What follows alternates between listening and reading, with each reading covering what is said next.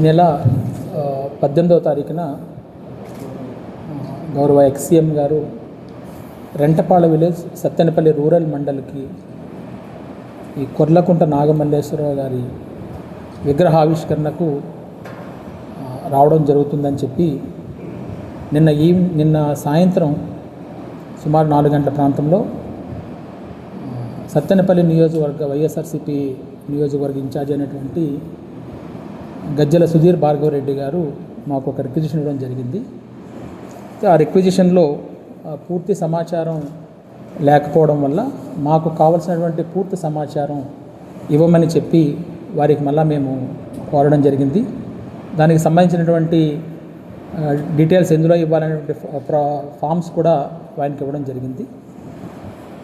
కానీ ఇప్పటివరకు ఇంకా మాకు ఆ సమాచారం ఇవ్వలేదు. అందులో మేము అడిగిన వాటిలో ఎంతమంది వాళ్ళు ఇచ్చిన రిక్విజిషన్లో హ్యూజ్ క్రౌడ్ వస్తారని చెప్పి మెన్షన్ చేయడం జరిగింది. ఎంతమంది రావడానికి ఆస్కారం ఉంది, అక్కడ ఏ విధమైనటువంటి క్రౌడ్ ప్లానింగ్ చేస్తున్నారు, ఆ చుట్టూ ఉన్నటువంటి ఫీల్డ్స్ ఓపెన్ ఫీల్డ్స్ ఉన్నాయి కాబట్టి బ్యారికేడింగ్ అనేది ఏ విధంగా ఉంది, అట్లాగే ఈ 76 కిలోమీటర్స్ సుమారు తాడేపల్లి నుంచి ఈ ప్రపోజ్డ్ ప్లేస్కి ఉంది. పల్నాడులో సుమారు 19.5 కిలోమీటర్స్ ఆఫ్ స్ట్రెచ్ ఉంది. ఈ లాంగ్ జర్నీ ఏ విధంగా చేస్తున్నారు, ఎవరెవరు ఈ ప్రోగ్రామ్ని పూర్తి బాధ్యత ఇక్కడ తీసుకుంటున్నారు, ఎన్ని వెహికల్స్ వచ్చే అవకాశం ఉంది, ఇటువంటి డీటెయిల్స్ అన్నీ కూడా అడగడం జరిగింది. వాటికి సంబంధించి ఇప్పటికింకా మాకు ఎటువంటి సమాచారం వాటి నుంచి రాలేదు. అయితే ఈ ప్రోగ్రామ్కి సంబంధించి సత్తెనపల్లి డిఎస్పీ గారు, కన్సర్న్డ్ ఆఫీసర్స్ అందరూ కూడా ఆ ప్రదేశాన్ని కానీ మొత్తం ఏదైతే ప్రపోజ్డ్ రూట్ ఉందో అంతా కూడా వెరిఫై చేయడం జరిగింది. వెరిఫై చేసి కొన్ని ఏవైతే దీనికి సంబంధించి ఉన్నాయో వాటిని సబ్మిట్ చేయడం జరిగింది. వాటిలో భాగంగా మొట్టమొదటిగా సుమారు ఒక 76 కిలోమీటర్లు బై రోడ్ వస్తున్నారు. ఈ వచ్చేటప్పుడు ఉన్నటువంటి కార్యకర్తలు కానీ మిగతా వాళ్ళు కానీ ఎంతమంది వస్తారనేటువంటిది పూర్తి సమాచారాన్ని అందించలేదు. రెంటపాళ విలేజ్లో ఏదైతే మనకి క్రోసూరు టు అచ్చంపేట వెళ్ళే రోడ్డు దగ్గర నుంచి ఈ ప్రపోజ్డ్ ప్లేస్ ఉందో అక్కడికి సుమారు ఒక 500 నుంచి 600 మీటర్ల రోడ్డు ఉంది. చాలా నేరోగా ఉంది. దట్టు అది ఒక 10 ఫీట్ మించి లేదు. అక్కడికి ఇంత క్రౌడ్తో వెళ్ళడం కానీ మళ్ళీ తిరిగి సేమ్ కాన్వాయ్ని అదే రూట్లో తీసుకురావడం కానీ, అక్కడ నుంచి ఎగ్జిట్ రూట్ కానీ, ఏదైతే ఇప్పుడు స్టాచ్యూ ఉందో దానికి 3 వైపులా కూడా ఓపెన్ ఫీల్డ్స్ ఉన్నాయి. ఆ ఓపెన్ ఫీల్డ్స్ అన్నీ కూడా కంప్లీట్గా క్రౌడ్ రావడానికి అవకాశం ఉంది. అలాగే సుమారుగా ఒక 30,000 మందికి భోజనాలు ఆ ఎస్పీ సూపర్ మార్కెట్ దగ్గర ఏర్పాటు చేస్తున్నటువంటి సమాచారం కూడా మా దగ్గర ఉంది. సో అంతమంది క్రౌడ్ వస్తే ఈ ప్రోగ్రామ్ని ఆర్గనైజ్ చేయడం అనేటువంటిది చాలా ఇబ్బందితో కూడుకున్నది. అలాగే లా అండ్ ఆర్డర్ ఇష్యూస్ వచ్చే అవకాశం కూడా ఉందని భావించడం జరిగింది. ఇందులో ఆ నేరో రోడ్లో వెళ్తున్నప్పుడు ఇంత క్రౌడ్ ఎక్కువైనప్పుడు స్టాంపేడ్ జరిగేటువంటి అవకాశాలు ఎక్కువగా ఉంటాయనేది ఒకటి తెలియజేస్తున్నాము.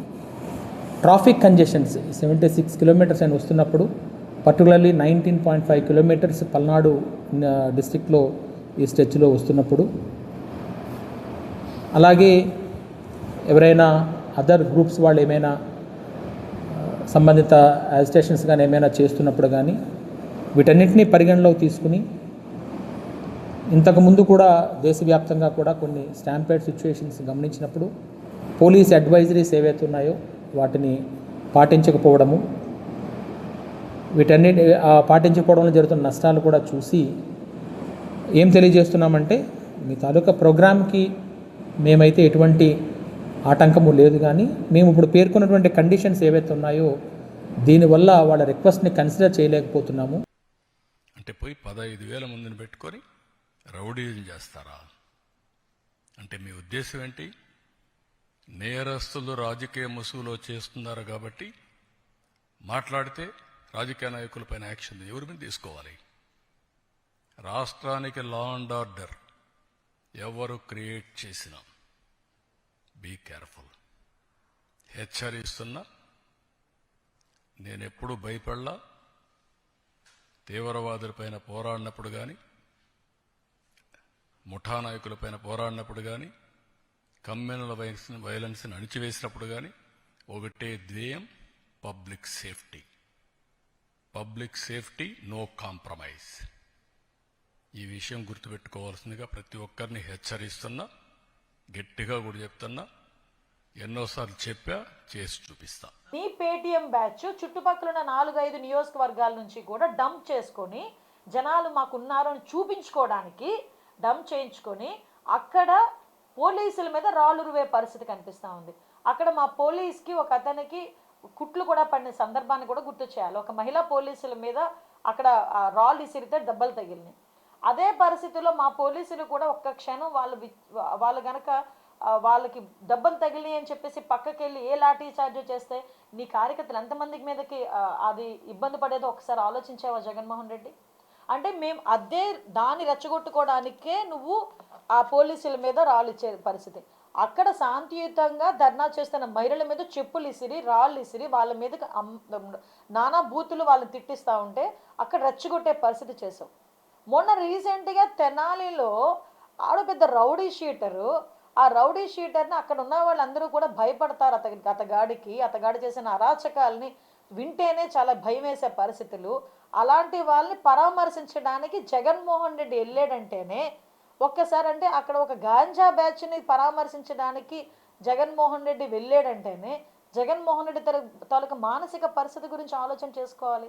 ఇవన్నీ మీ కింద మచ్చలు పెట్టుకొని ఈరోజు ప్రభుత్వం మా గురించి మీరు మాట్లాడుతున్నారు.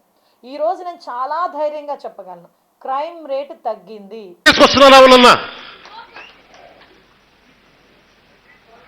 ఏం పర్లేదు వింటూ అక్కడ నీ అక్కను నీ తల్లిని రక్షించుకోవాలి కదా నాన్న.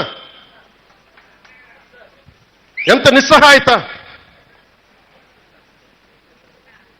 హోమ్ మినిస్టర్ అనిత గారు కూడా చెప్తా ఉన్నాను, మీరు మంత్రి, మీరు హోమ్ మినిస్టర్, నేను పంచాయతీరాజ్ శాఖ మంత్రిని, నేను అటవీ శాఖ మంత్రిని, పర్యావరణ శాఖ మంత్రిని, హోం మంత్రి శాఖ మీరు బాధ్యత వహించండి. నేను హోంశాఖ తీసుకున్న పరిస్థితులు వేరుగా ఉంటాయి, గుర్తుపెట్టుకోండి.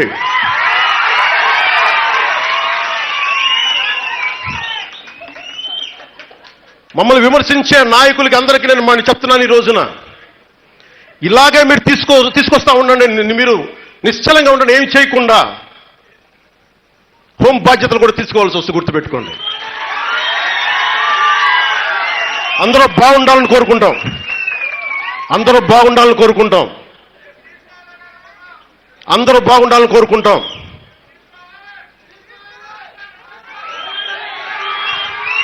అందరూ బాగుండాలని కోరుకుంటాను, అందరూ బాగుండాలని. ఆగండి ఒక నిమిషం. అందరూ బాగుండాలని కోరుకుంటాను. రాగానే ఒకటే మాట చెప్పా, ఇది ప్రతీకార ప్రభుత్వం కాదు అని. కానీ చేతగాని ప్రభుత్వం నేను చెప్పాలా, గుర్తుపెట్టుకున్నాను. ఎందుకంటే మీరు గతంలో లాగా నోటుకొచ్చినట్టు మాట్లాడితే ఇంక వింటా నాకు కూడా ఓపిక పోయింది. ఇంకా నాకు కూడా మీరు అంటారు కదా ఏం చేస్తామని, వెయిట్ చేయండి. బహుశా కార్యకర్తలకు అనుకున్న మేరకు బహుశా నేను చేయలేకపోయి ఉండొచ్చు. కానీ ఇవాళ ఒకటే చెప్తా ఉన్నా, ఈరోజు ఈ కష్టాన్ని చూసిన వ్యక్తిగా చెప్తా ఉన్నా, రేపొద్దున ఇలా ఉండదు. రేపొద్దున జరిగే ప్రతి విషయంలోనూ వైఎస్ఆర్సీపీకి కార్యకర్తే నెంబర్ 1గా ఉంటాడని మాత్రం ఖచ్చితంగా చెప్తా ఉన్నా. ప్రతి కార్యకర్తకు నేను ఒకటే చెప్తా ఉన్నా, ఎవడెవడైతే మీకు అన్యాయం చేశాడో పర్వాలా, అన్యాయం చేయండి, చేయించుకుంటాం, టైం మీది, కానియండి, కొట్టండి అని చెప్పండి. ఆడు ఎవడు ఏం చేస్తా ఉన్నాడో పేరు రాసుకోండి. రెడ్ బుక్ అని నేను చెప్పను, కానీ పేరైతే రాసుకోండి. మీరు ఏ బుక్లో రాసుకున్నా పర్వాలా, పేరైతే మీరు రాసుకోండి. దాని తర్వాత మాత్రం అన్యాయం చేసినోనికి సినిమా మాత్రం మనం చూపిస్తామని చెప్తాను. ఆ మనిషి రిటైర్డ్ అయి ఉన్నా కూడా లాక్కొని వస్తా, ఆ మనిషి దేశం విడిచిపెట్టిపోయినా లాక్కొని వస్తా. ఎవరిని వదిలిపెట్టేది ఉండదు. ఒక్కొక్కడికి మాత్రం సినిమా మాత్రం ఎలా చూపించానో అలా చూపిస్తామని మాత్రం చెప్తాను. ఖచ్చితంగా వీళ్ళు ఏదైతే నాటుతున్నారో, ఏదైతే ఇత్తుతున్నారో, ఇది రెండింతలు వీళ్ళకు పండే కార్యక్రమం కూడా జరుగుతుందని మాత్రం ప్రతి కార్యకర్తకు గట్టిగా చెప్పండి. ఎందుకనంటే ఈరోజు రాష్ట్ర వ్యాప్తంగా ఇదే జరుగుతూ ఉంది. ఒక్కొక్కని కథ వింటూ ఉంటే నిజంగా మనసుకు బాధ కలుగుతుంది.